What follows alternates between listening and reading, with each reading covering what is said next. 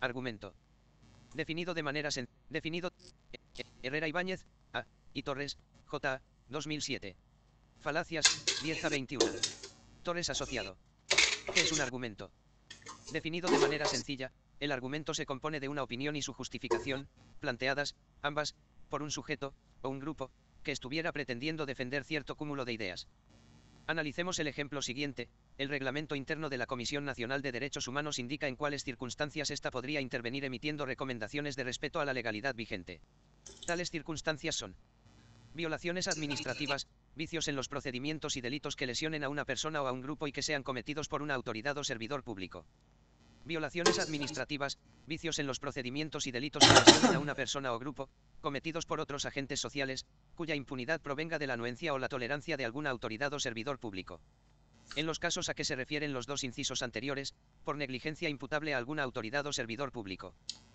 De los incisos anteriores se desprenden varias consideraciones. No existen violaciones a los derechos humanos en las relaciones entre particulares. Para que éstas se den es necesario que intervenga, directa o indirectamente, una autoridad o un servidor público. Puede no intervenir directamente una autoridad o funcionario público, sino otro agente social, pero este goza de la anuencia o tolerancia de una autoridad, es decir, hay una intervención indirecta de la autoridad. Entonces, también hay violación de derechos humanos, lo que asimismo ocurre cuando en los casos señalados en los incisos A y B de los párrafos anteriores existe negligencia imputable a una autoridad o a un servidor público. Carpizo, 1991, 2021. Componentes del argumento anterior serían, por una parte, la opinión, que denominaremos con un vocablo más técnico, a saber, conclusión. Así, pues, la conclusión se ha expresado en estos términos. De los incisos anteriores se desprenden varias consideraciones. No existen violaciones a los derechos humanos en las relaciones entre particulares, y puede no intervenir directamente una autoridad o funcionario público, sino otro agente social, pero este goza de la anuencia o tolerancia de una autoridad, es decir, hay una intervención indirecta de la autoridad. Entonces, también hay violación de derechos humanos.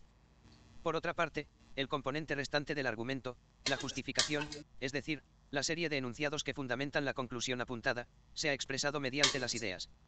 Solo existe transgresión de los derechos humanos en situación de violaciones administrativas, vicios en los procedimientos y delitos que lesionen a una persona o a un grupo y que sean cometidos por una autoridad o servidor público. Violaciones administrativas, vicios en los procedimientos y delitos que lesionen a una persona o a un grupo, cometidos por otros agentes sociales, cuya impunidad provenga de la anuencia o la tolerancia de alguna autoridad o servidor público. A cada enunciado que configura la justificación lo denominaremos premisa.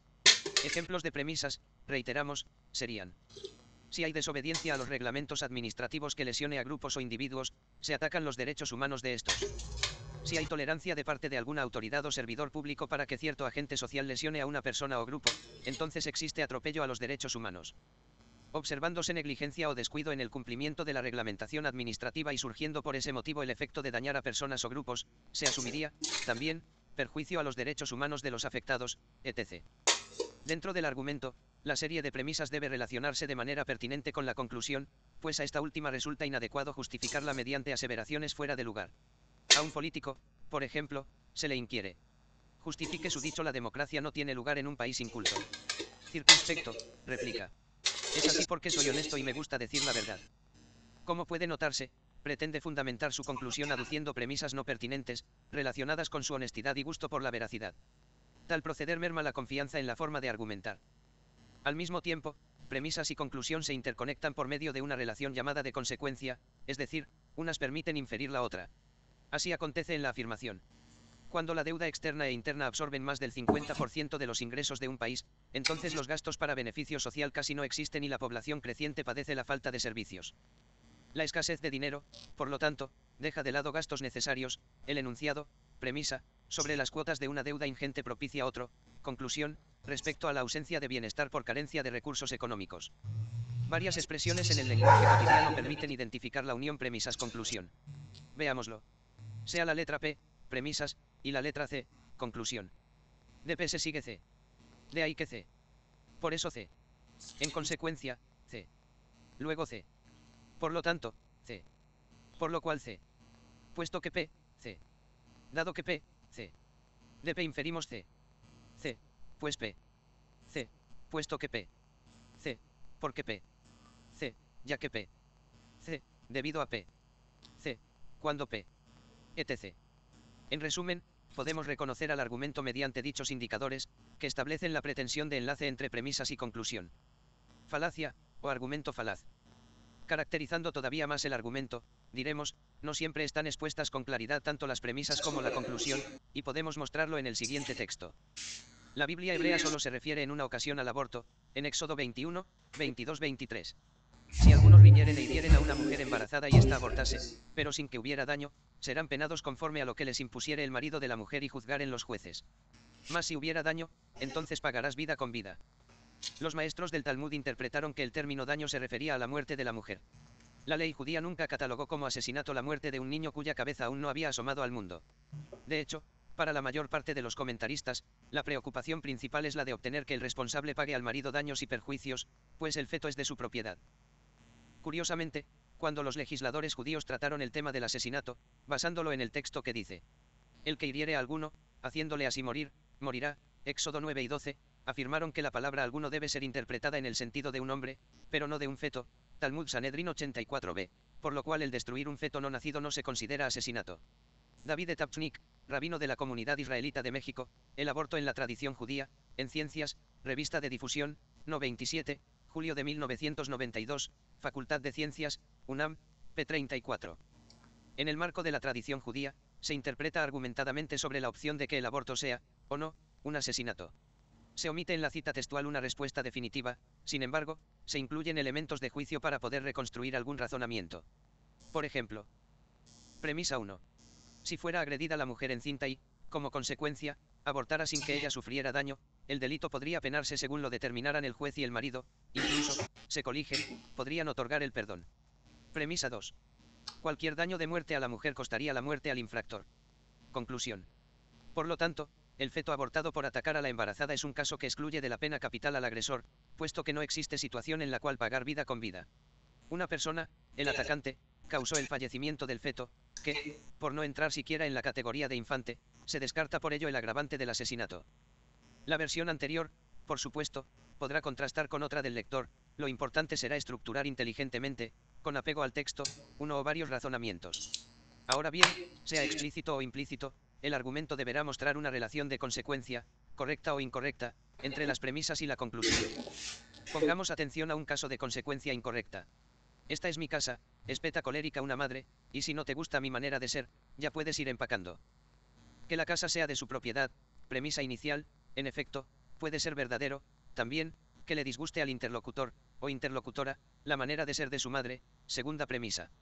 Pero tales verdades no implican necesariamente el imperativo de que la persona afectada se vaya o empaque sus pertenencias. De tal suerte, las premisas resultan verdaderas, sí, pero no la conclusión, y, manifestado de tal manera el argumento, esta última se infiere incorrectamente de aquellas. Un argumento o razonamiento incorrecto contiene premisas verdaderas y conclusión falsa. Una falacia es un razonamiento incorrecto, con una salvedad, es psicológicamente persuasivo, y la explicación de por qué es persuasivo, a despecho de su incorrección lógica, debe buscarse en algunos casos en su función expresiva destinada a provocar actitudes que probablemente inclinen a la aceptación, en lugar de brindar razones. Coupe, 1975, 83. La persuasión se finca en mover afectos, deseos insatisfechos, identificaciones inexplicables, etc., a través del discurso, consiste, de acuerdo a las palabras de Coupe, en provocarnos actitudes de aceptación sin mediar razones, en emplear ardides psicológicos como son, despertar compasión, esgrimir amenazas o apelar al respeto por la autoridad. Toda falacia informal es persuasiva, ya que en ella se afirman enunciados sin tratar de demostrarlos mediante el uso de la razón. Quizás sea posible insistir en lo anterior, preguntando, ¿cómo se nos puede persuadir arguyendo con una falacia?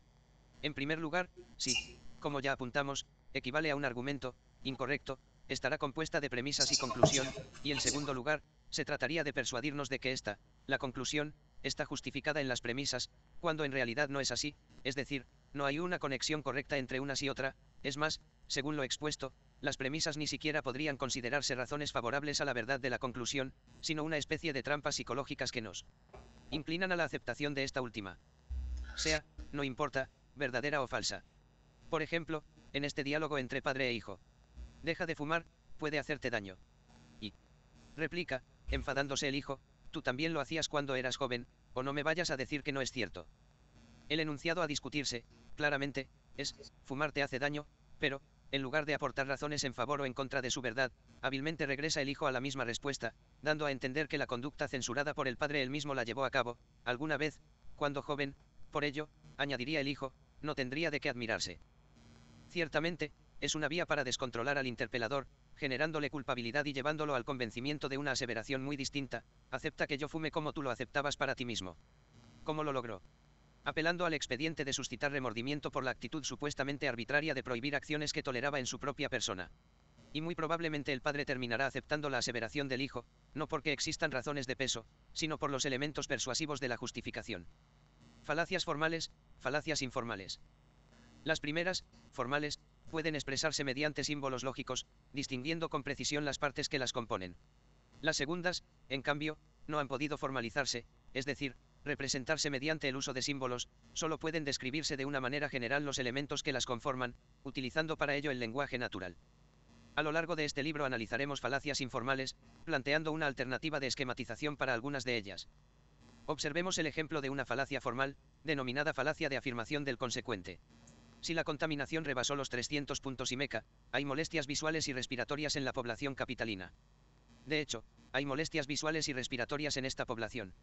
Por lo tanto, la contaminación rebasó los 300 puntos IMECA. Simbolicemos los enunciados. C igual a la contaminación rebasó los 300 puntos IMECA. R igual a hay molestias visuales y respiratorias en la población capitalina. Ahora simbolicemos el conectivo sí, entonces, igual a sí, entonces. Utilizando la simbología en cuestión, la falacia de afirmación del consecuente adquiere la forma CR, R, C. Cualquier razonamiento cuyos enunciados, además del conectivo, se distribuyan en la forma ejemplificada será una instancia de la falacia ya mencionada de afirmación del consecuente. Por otro lado, tratándose de un razonamiento incorrecto, las premisas serán verdaderas y la conclusión falsa. En síntesis, debido al hecho de haberse podido simbolizar, al argumento sobre la contaminación se le denomina falacia formal. Falacias informales. Para empezar a caracterizarlas, diremos que no son simba-ala-isabals, o, estrictamente hablando, deberíamos decir, no son fácilmente simba-ala-isabals, aunque de algunas, por ejemplo, las falacias de composición y de división, sí podríamos mostrar su forma mediante los recursos de la lógica simbólica. La dificultad, tal vez imposibilidad, para simbolizarlas estriba en que la incorrección de estas falacias va estrechamente ligada a las circunstancias en las cuales tiene lugar su enunciación, gr las de irrelevancia, o por el hecho de ir asociadas a errores, sean semánticos o sean sintácticos, probablemente no simba-ala-isabals, en el caso de las de ambigüedad. O bien, por ambos factores a la vez. Por ejemplo, la frase la vida no vale nada querría decir algo así como, ninguna importancia tiene la vida, pero, cometiendo una falacia de ambigüedad, alguien podría interpretar esa frase como, no se le puede poner precio a la vida, de tan valiosa que es. ¿Cómo hablar de simbolizar el paso equivocado de una interpretación a otra? Quizá, por decirlo de alguna manera, pueda hacerse la simbolización del pensamiento expresado por la primera interpretación, y posteriormente hacerlo con la segunda. Pero parece improbable simbolizar, por último, el sentido del error cometido al confundir una interpretación con otra. Y aun lográndolo, tal simbolización valdría solo para el error aludido, en las circunstancias particulares en las que éste tuvo lugar, lo cual anularía una posible generalización sobre la estructura lógica de las falacias de ambigüedad cometidas en cualquier circunstancia. Nosotros proponemos una clasificación de las falacias cuyo antecedente es la clasificación aristotélica que las dividía en falacias fuera de la dicción y falacias en la dicción, retomada por los medievales con los nombres extradictione e indictione, y conocida en la actualidad en términos de irrelevancia y ambigüedad. No todos los autores asignan las mismas falacias a cada uno de estos dos apartados, así, por ejemplo, algunos clasifican las de composición y división dentro de las falacias de ambigüedad y otros como si fueran falacias formales. A nosotros nos parece más acertado incluirlas en el esquema tradicional considerándolas de irrelevancia, por las razones que daremos más adelante. Ad hominem, ad verecundiam, de composición, de división, uso y mención, por ejemplo, comparten una característica importante que permite agruparlas en un mismo tipo de falacia. Tal característica estriba en que una propiedad atribuida al, los, sujeto, S, de la, S, premisa, S, se atribuye también e indebidamente al, los, sujeto, S, de la conclusión. A este tipo de falacia lo vamos a denominar falacia de transferencia de propiedades. De manera semejante, ad baculum, ad misericordiam y ad ignorantiam presentan un elemento común aún no señalado por otros autores, apelan a los sentimientos, respectivamente, al sentimiento del temor, la piedad y la inseguridad. Debido a ello, las hemos agrupado en un mismo rubro que hemos llamado falacias de apelación a los sentimientos. Trataremos las falacias de ambigüedad dividiéndolas en semánticas, de equívoco, sintácticas, anfibología, fonéticas, de énfasis, y uso y mención. Cada división irá acompañada de su caracterización, las variantes y la ejemplificación que les corresponde. Clasificación de las falacias informales. Y falacias de irrelevancia. A transferencia de propiedades. Ad hominem ofensiva. Ad hominem circunstancial. 1. Atribución de intereses personales, o conveniencia. 2. Atribución de contradicción, o tu quoque. Apelación a la autoridad, o ad verecundiam. 1. De autoridad individual. 2. De autoridad colectiva. A. De la mayoría. B. De la minoría selecta. C. De la tradición. División. 1. Del todo a sus partes. 2. Del conjunto a sus miembros. Composición. 1. De las partes al todo. 2. De los miembros al conjunto. B. Apelación a los sentimientos. Apelación al temor, ad baculum. Apelación a la piedad, ad misericordiam. Apelación a la ignorancia, ad ignorantiam. C. Referencia insuficiente. Accidente. Generalización apresurada, o accidente inverso. 1. Caso particular insuficiente. 2. Muestra insuficiente de casos. 3. Relación inesencial.